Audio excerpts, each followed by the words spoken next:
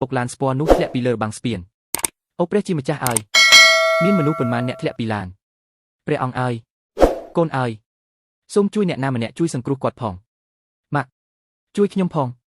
ស្ពាននេះខ្ពស់ណាស់ការលោតចុះបុកទឹកនឹងមិនអាចទ្រាំទ្របានសម្រាប់សរីរាង្គខាងក្នុងរបស់កូន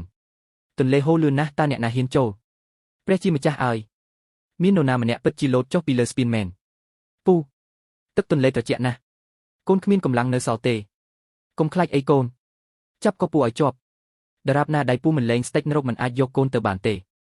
ព្រះអង្គអើយកូនពិតជាធ្វើឲ្យម្ដាយរបស់កូនភ័យខ្លាចស្លាប់មែនម៉ាក់ចាប់ពីពេលនេះទៅម៉ាក់នឹងចងខ្សែក្រវ៉ាត់សុវត្ថិភាពឲ្យត្រឹមត្រូវពេលកូនជិះឡានព្រះអង្គសង្គ្រោះរបស់កូនលោតចុះពីស្ពានខ្ពស់បែបនេះដៃរបស់កូនត្រូវបានកាត់ហើយហូរឈាមច្រើនពីថ្មក្នុងទន្លេលឿនឡើងកូននឹងហៅរថយន្តសង្គ្រោះបន្ទាន់មកដឹកកូនទៅបន្ទប់សង្គ្រោះបន្ទាន់មិនចាំបាច់ទេ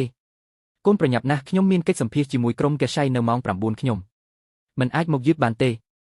របួសបែបនេះសាមជោគហើយនៅតែចង់ទៅសម្ភាសមែនទេការសង្គ្រោះជីវិតគឺជាសភាពកិច្ចការមកទាន់ពេលគឺជាច្បាប់ហើយច្បាប់មិនអាចបំពានបានទេពូអ្នកជាវីរបុរសដែលធ្លាក់ពីលើមេឃវីរបុរសមិនតែងតែឆ្លងកាត់ទេដូច្នេះសូមចងចាំថានៅពេលអនាគតនៅពេលដែលអ្នកជួបប្រទះគ្រោះថ្នាក់សូមការពារខ្លួនឯងជាមុនសិនបងប្រុសតើនាមត្រកូលរបស់អ្នកជាអ្វី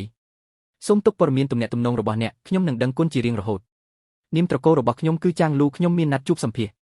ជាមួយលោកគោលីហើយវងវែងផ្លូវទៅសុំទានអាហារតាមទ្វារខាងក្រោយនេះគឺជាក្រុមគូស៊ីអ្នកអខ្វក់ណាស់នេះមិនមែនជាការិយាល័យរបស់អ្នកដែលអ្នកអាចសម្រាកក្នុងម៉ាស៊ីនត្រជាក់ទេខ្ញុំនៅទីនេះដើម្បីដាក់ពាក្យសុំតំណែងសន្តិសុខផ្ទាល់ខ្លួនអ្នកអាចពិនិត្យមើលបញ្ជីអ្នកទស្សនាថ្ងៃនេះអ្នកគ្រប់ដណ្ដប់ដោយភក់និងឈាមនៅទីនេះសម្រាប់ការសម្ភាសអង្គរៈអ្នកមើលទៅដូចជាអ្នកសុំទានដែលទើបតែវាចេញពីរណ្ដៅភព